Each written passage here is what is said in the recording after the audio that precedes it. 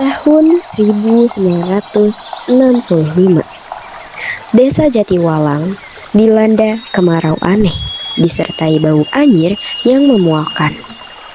Bersamaan dengan itu, ribuan ulat bulu hitam muncul dan membawa teror bagi warga.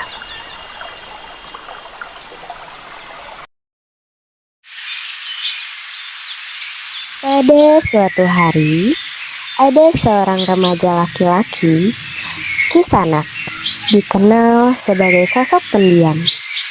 Ia jarang bergaul dengan warga, bukan karena sombong, tetapi karena sejak lama dirinya sering dijauhi. Tak pernah ku rasakan cinta begitu hebat. Namun, ada seorang gadis yang tidak menganggap dia sebagai pembawa sial. Namun, gadis tersebut menganggap dia sebagai teman. Ia selalu menemani Kisanak dalam keadaan apapun.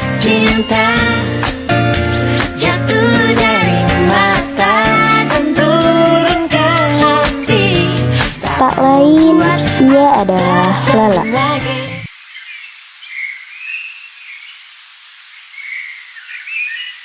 Banyak warga menganggap kehadirannya membawa hawa aneh.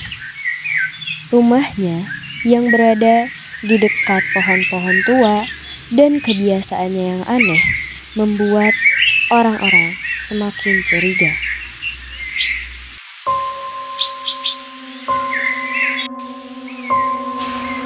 Warga membutuhkan seseorang untuk disalahkan, dan nama yang sering disebut adalah Kisanak. Awalnya hanya bisik-bisik kecil, namun semuanya berubah ketika musibah mulai datang bertubi-tubi.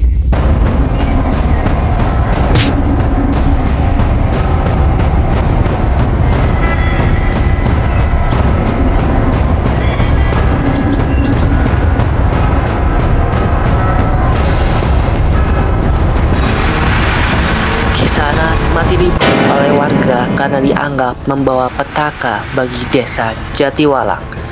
Seperti kematian yang tidak wajar, ia melihat orang terakhir yang menganggapnya spesial. Ia adalah Lala.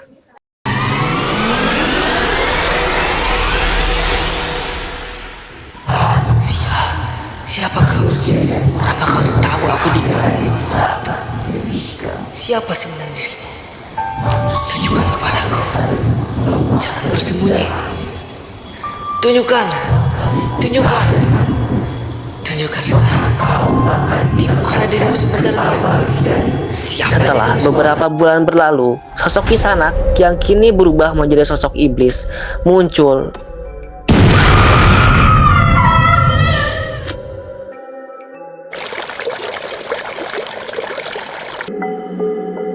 Ih, gatel banget deh Kak Ayu. Ayu ngerasa gak sih kalau baunya enak banget? Lihat saya ular-ular di sana ada di Untuk menyebarkan ketakutan dan teror berupa ulat bulu yang menyebabkan warga desa menderita. Dulu gatal sekali, rasanya tuh kayak ada yang merayap di dalam darahku. Udah dikasih air garam sama minyak kelapa, malah makin bengkak seolah jantungku penuh dengan urat bulu. Sudah yang sekali ulat-ulat itu air dari kebencian dan tidak bisa dipadamkan oleh api. Jangan dijauh, nanti makin menyebar. Cari tempat aman, lindungi anak-anak. Itu semua ia lakukan tak lain tak bukan untuk membalas semua perlakuan kejam warga kepadanya. Tinggal dalam keadaan mengerikan. Awas!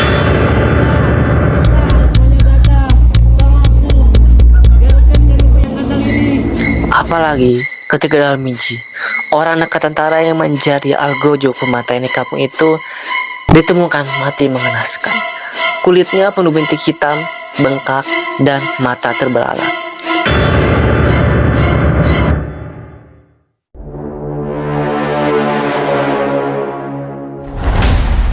Hutan jati di sekelilingnya pun berubah menjadi hutan hitam yang menyeramkan, seakan penuh dengan arwah penasaran.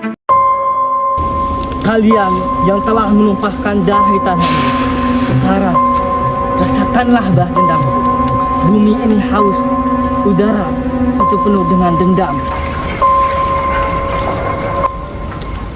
Di sana ada orang, dia liatin aku terus dia senyum.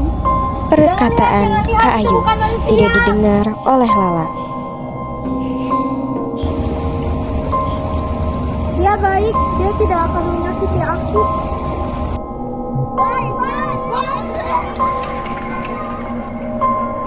Diam, gadis ini berbeda. Jiwanya murni, bebas dari dosa.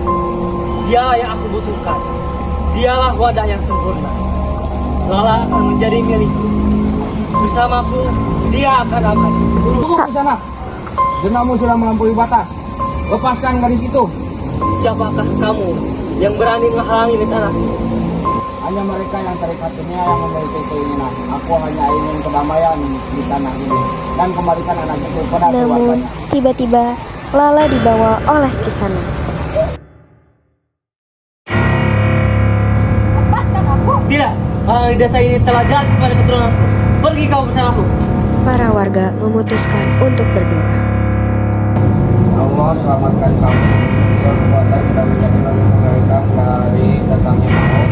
Walaupun penduduk jati lawang yang sedang memasrahkan nasibnya dengan berdoa di malam keramat yang terletak di perbukitan batas dengan hutan jati.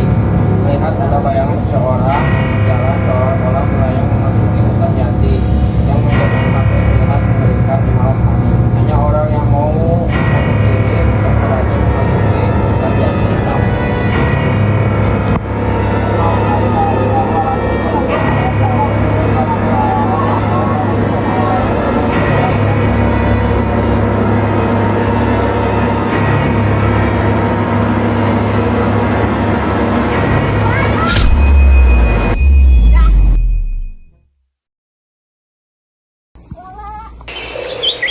Hutan jati kini kembali hijau. Ulat bulu telah lenyap, namun kesunyian terasa mencekam. Pertarungan mungkin sudah usai, tapi bayangan kengerian masih membekas. Dan di kedalaman hutan, seakan masih ada sepasang mata hitam yang terus mengawasi, menunggu waktu yang tepat untuk kembali.